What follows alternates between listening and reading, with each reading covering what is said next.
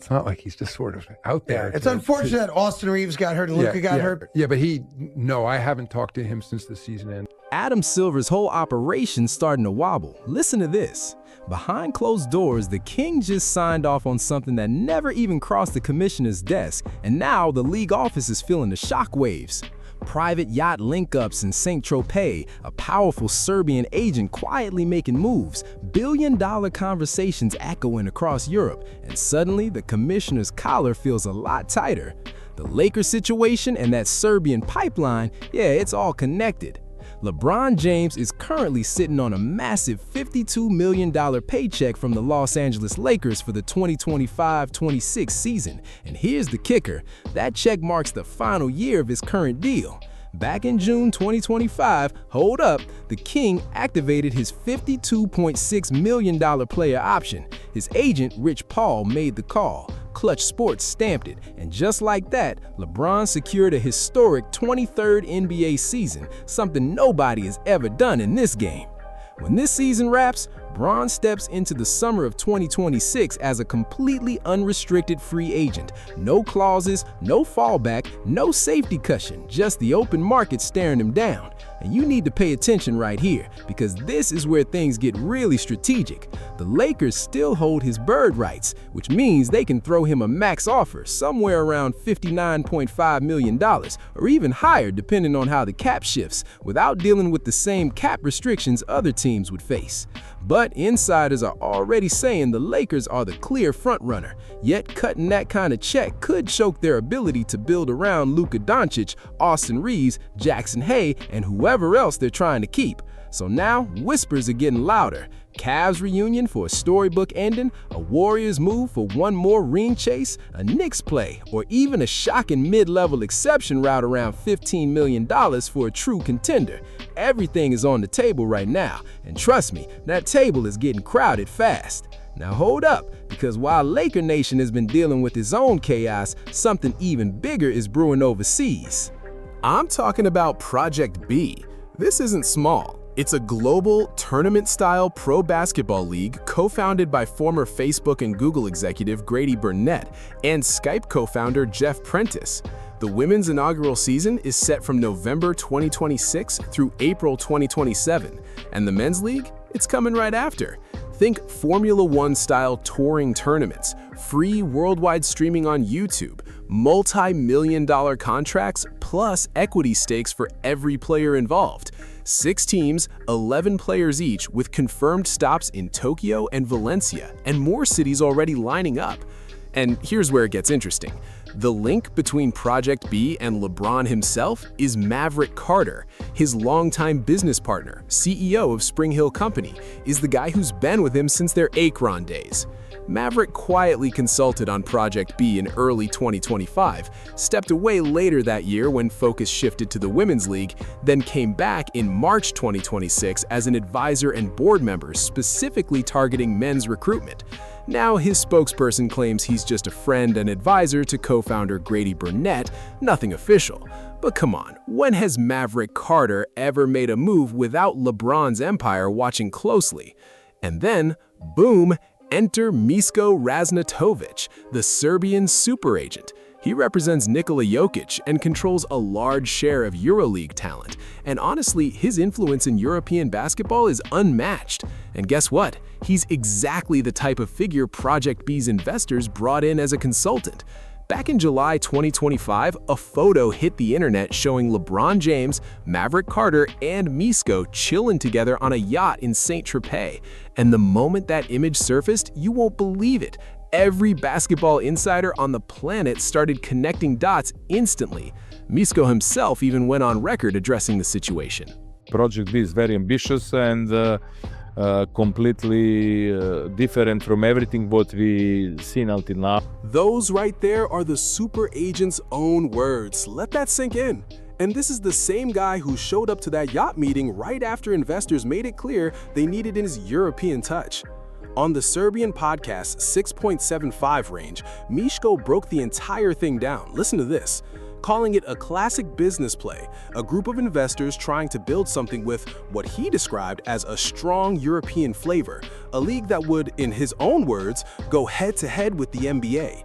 And when he started detailing the structure, yeah, that's where things really got interesting. This is a revolution, because for the first time, players would not play for the club. Players aren't signing with teams, no, listen to this. They're signing directly with the league itself. No traditional club system, just one centralized structure where the league controls it all. Equity deals, big salaries, a traveling circuit. Hold up, the entire model is flipping the sports business on its head. And just when you think that's enough, Miska wasn't even close to done. Players will play for the league, and it's like really different. That framing is coming directly from the super agent himself, sitting comfortably in that consultant role. Let that sink in. And when the investor group approached him, their message wasn't subtle at all. According to Mishko's own account, he had multiple conversations with Maverick Carter, secured an official consultant position, and Maverick suggested they meet over lunch on a yacht with LeBron also in attendance. At the Front Office Sports Tuned In Summit, the commissioner referred to Maverick Carter as a friend, acknowledged he was aware of Project B's ambitions, and then dropped a statement that sounded calm on the surface, but carried real weight underneath. He basically said if they're trying to build something competitive, he's staying out of it. Of course, he added, it's their right to form a league if they want to. He even admitted from experience that running a league is no easy task, but competition, he said it's a good thing. Competition is good. That's the official stance from the commissioner. But hold up, because here's the reality. When the most powerful commissioner in American team sports feels the need to say competition is good publicly, that's not someone sitting comfortably.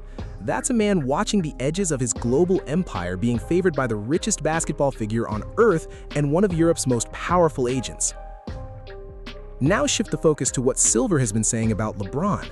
The commissioner has openly admitted he's not ready for a post-LeBron NBA. Heading into the 2025-26 season, Silver downplayed the sciatica that delayed LeBron's debut, insisted he doesn't view LeBron as aging, and made it clear he hopes LeBron, Steph Curry, and traveling Durant continue dominating.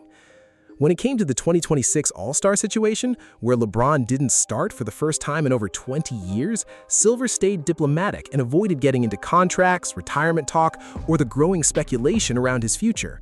He's playing this very carefully, keeping LeBron at the center of the league's narrative as long as possible.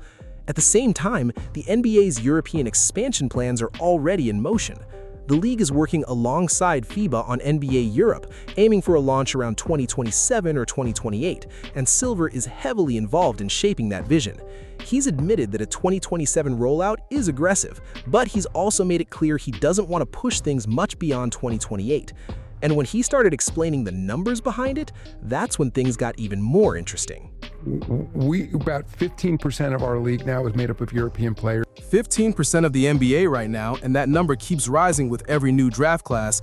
Listen to this. Silver is pushing for an NBA Europe model built on competitive balance, not some top-heavy system where the same 2 or 3 teams dominate every single year like in European soccer.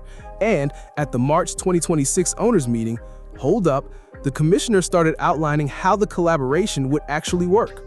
I think for the betterment of European basketball, the best outcome would be if we came together with the EuroLeague here. It's all coming together. That's the phrase being used, and you need to hear this. Meetings have already gone down with Real Madrid, Barcelona, and PSG. Regular season games are already being scheduled for Manchester, Paris, and Berlin across 2027 and 2028. But while Silver is publicly sketching out the NBA Europe vision, hold up, the private touring league Maverick Carter is helping build keeps dominating the headlines. And everything about this situation keeps circling back to one question nobody seems ready to answer. When the king eventually steps away from the game, where does his empire actually go next? LeBron's Las Vegas ownership dream just hit a serious roadblock. Strap in. Because LeBron James has been signaling this ownership vision for nearly a decade now to anyone paying attention. And the way it all started falling apart in March 2026? Yeah, that story needs to be told properly. Let's rewind to August 17, 2016. LeBron hops on his own uninterrupted podcast, Open Run, and drops the quote that sparked everything. He said he truly wants to own a team. That was the starting point. Then, in 2017, he told The Athletic that owning a franchise would be cool for the same reason, staying connected to the game and empowering others. Fast forward to June 2022, LeBron appears on The Shop uninterrupted and makes it crystal clear he wants a team in Las Vegas. That's when things got specific. Not just any franchise, not just any market, Las Vegas. Then, in October 2022, the Lakers play a preseason game in Vegas, and LeBron feels the energy firsthand. After the game, he looks straight at the cameras and speaks directly to Adam Silver. He calls it the best fan base in the world and says he's signaling that he'll bring a team there someday. Then he doubles down. "I want the team here, Adam. Thank you." That's not just a player talking, that's a future owner making a public play. And Silver responded. The commissioner called LeBron's ownership ambitions a positive for the league's ecosystem, said Vegas would be a strong expansion city, and even referenced past examples such as Shaquille O'Neal holding minority ownership stakes. At that point, everything was lining up perfectly. The assumption around the league was simple. LeBron retires, leads a Vegas expansion bid backed by FSG and Maverick Carter, and steps into ownership the same way he dominated MVP races. Inevitable. Momentum kept stacking through 2023, 2024, and 2025. Listen to this. LeBron kept doubling down on the Vegas vision. Reports started circulating that he was grinding behind the scenes, and names like Redbird Capital were even mentioned as potential partners. Meanwhile, the NBA Board of Governors edged closer to a real expansion vote, with Vegas and Seattle locked in as targets for a possible 2028-29 launch. Then, hold up, in February 2026, during All-Star media availability, Bron got hit with the question again about life after basketball. He framed ownership as just one of several paths, alongside media, philanthropy, and other business plays. Still alive, still possible, still in the mix. And then, boom, the entire situation flipped. Here's the part nobody in LeBron's circle fully anticipated. The NBA wasn't talking about expansion fees in the $2 to $3 billion range anymore. They were talking $7 to $10 billion per team. Yeah, 7 to 10. Franchise values had skyrocketed, and any new team entering the league would have to pay a premium that made old expansion prices look like discounts. That kind of money, that requires a very specific level of investor power. And FSG, LeBron's expected backbone, looked at the numbers, studied the timeline, and decided to walk away from pursuing an NBA team. Out. Done. No debate. A source close to LeBron told The Athletic that once FSG stepped back, the chances of him chasing ownership dropped significantly. March 19, 2026, the Lakers beat the Houston Rockets. Dan Woik from The Athletic catches up with LeBron and asks him directly, "Are you still interested in ownership, whether it's the big picture or Vegas specifically?" And LeBron, the same guy who had been hinting at this dream for nearly a decade, looked him dead in the eye and said, "No, not at all. Not at all." 3 words, and just like that, a 10-year narrative collapsed in a hallway outside the locker room. And here's the wild part. He hasn't walked it back. No softenings, no clarifications, no hints at changing his mind. Once the financial path disappeared, the dream got parked. Simple as that. Now listen, because of the reactions, that's where things get messy. Across X, Reddit, and Facebook, fans split instantly. One side believes that not at all was strategic, a negotiation move, a smokescreen, a way to step back publicly without fully closing the door on a minority stake later. The other side sees it as reality hitting hard. LeBron's net worth sits around $1.4 billion in early 2026. Huge number, no question, but not enough to front an $8 to $10 billion expansion bid. Without FSG or a heavyweight investment group, the math just doesn't add up. Meanwhile, Lakers and Cavs fans, they were relieved. They want LeBron focused on the court, not speeding toward retirement just to chase ownership in Vegas. And then, of course, came the critics. They spun the whole thing as LeBron switching up again, same narrative they always push. And you already know, clickbait content took that angle and ran with it.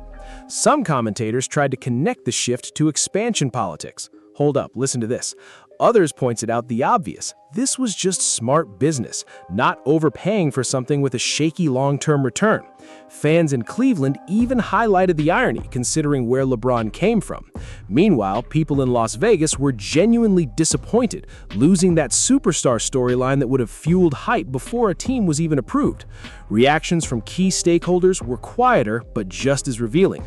Adam Silver, for example, hasn't directly addressed LeBron's March 2026 reversal, and that silence, yeah, it speaks volumes.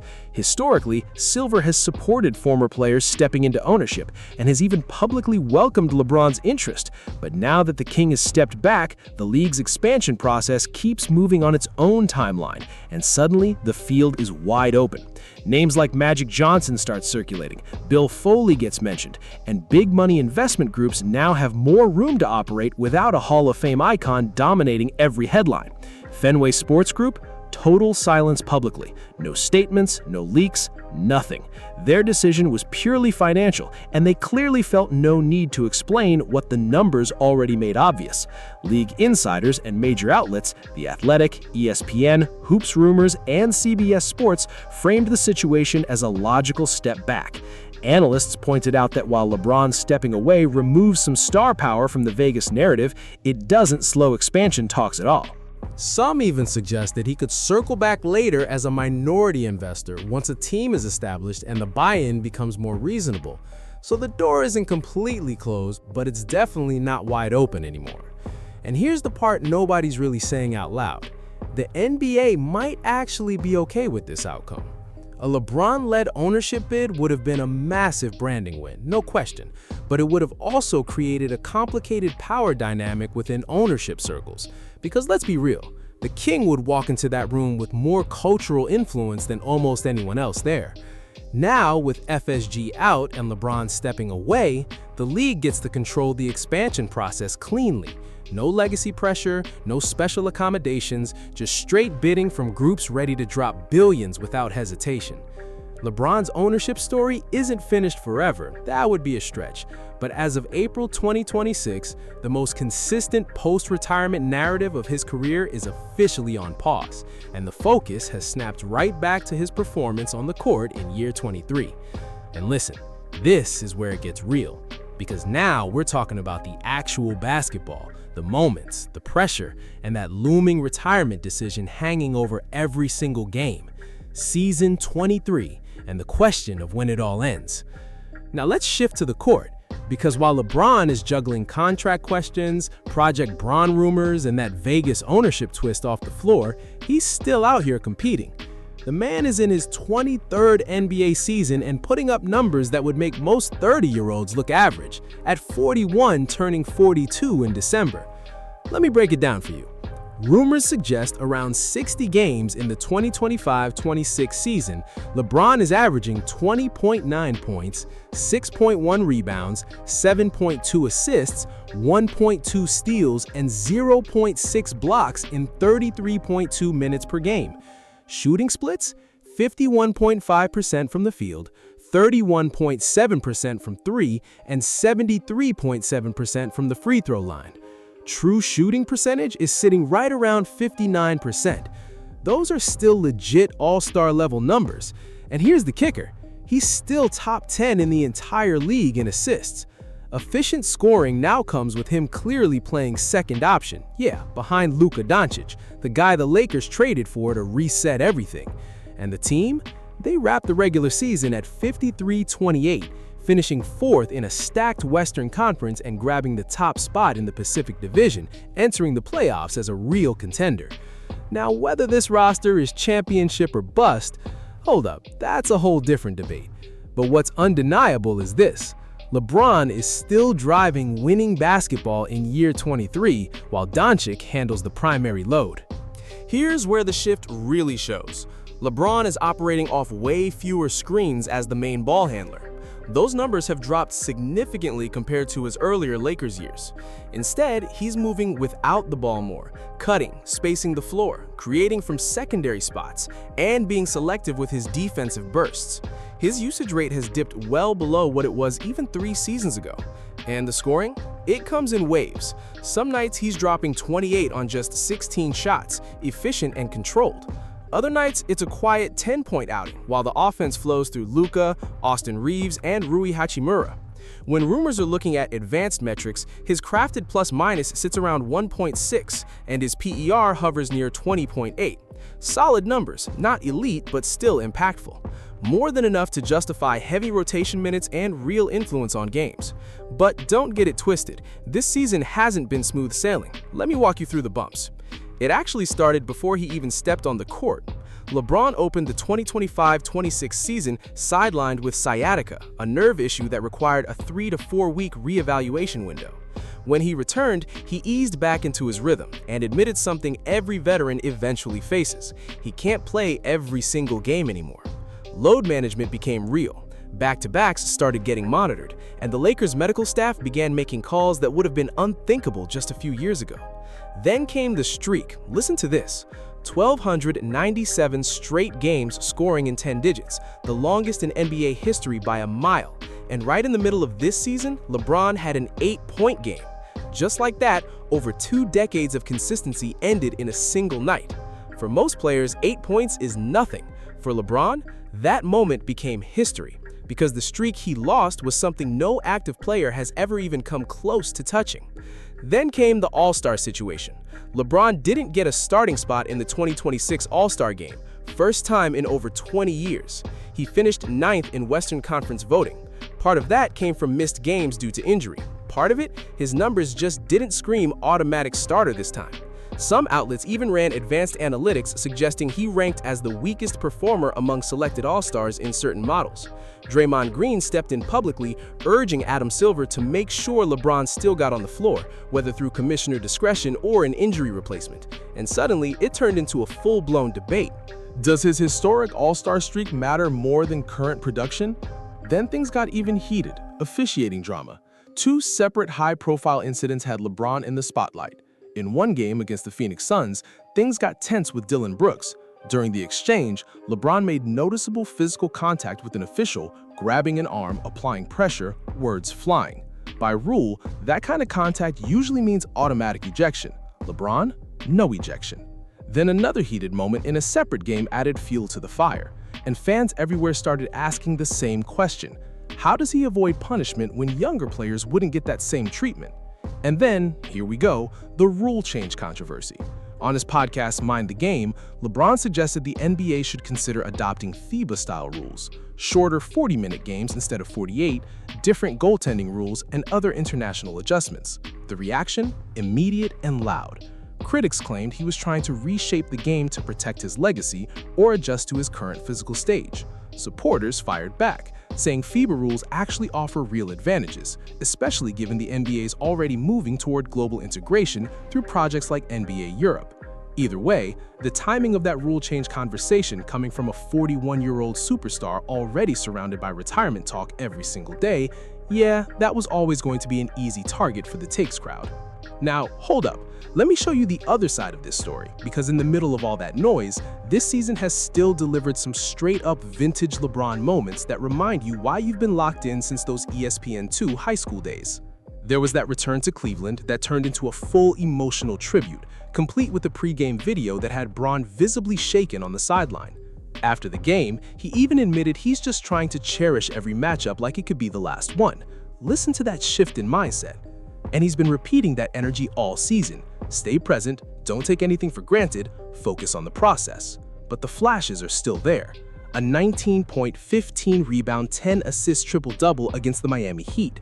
Late-season stretches where the jumper is falling, passes are threading through tight windows, and the court vision reminds you exactly why you've been watching this man for 23 years. So what's the real retirement story here? And honestly, LeBron has been frustratingly vague, but that's classic him. He said the end is sooner than later. He's also said a couple more years is possible if he stays in love with the game.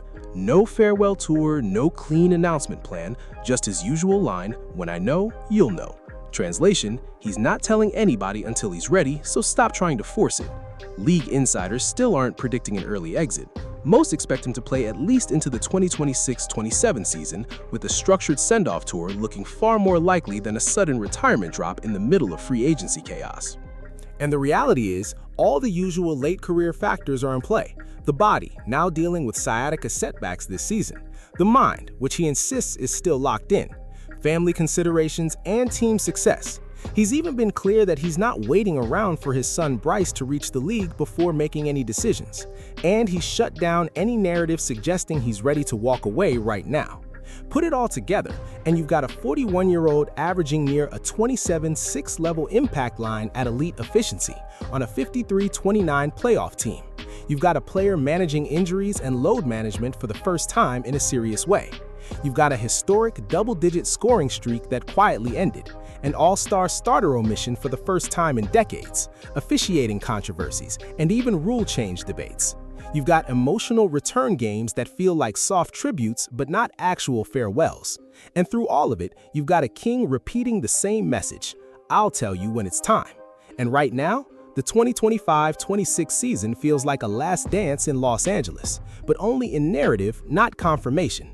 Tributes, load management, retirement talk, all layered onto every game, but LeBron hasn't officially confirmed anything. Meanwhile, the contract is ticking toward the summer. Project B is heating up across the Atlantic. The Vegas ownership dream is paused, not erased, and the next chapter of LeBron James is being written in real time, while the entire basketball world watches every move on and off the floor. And that's where things stand.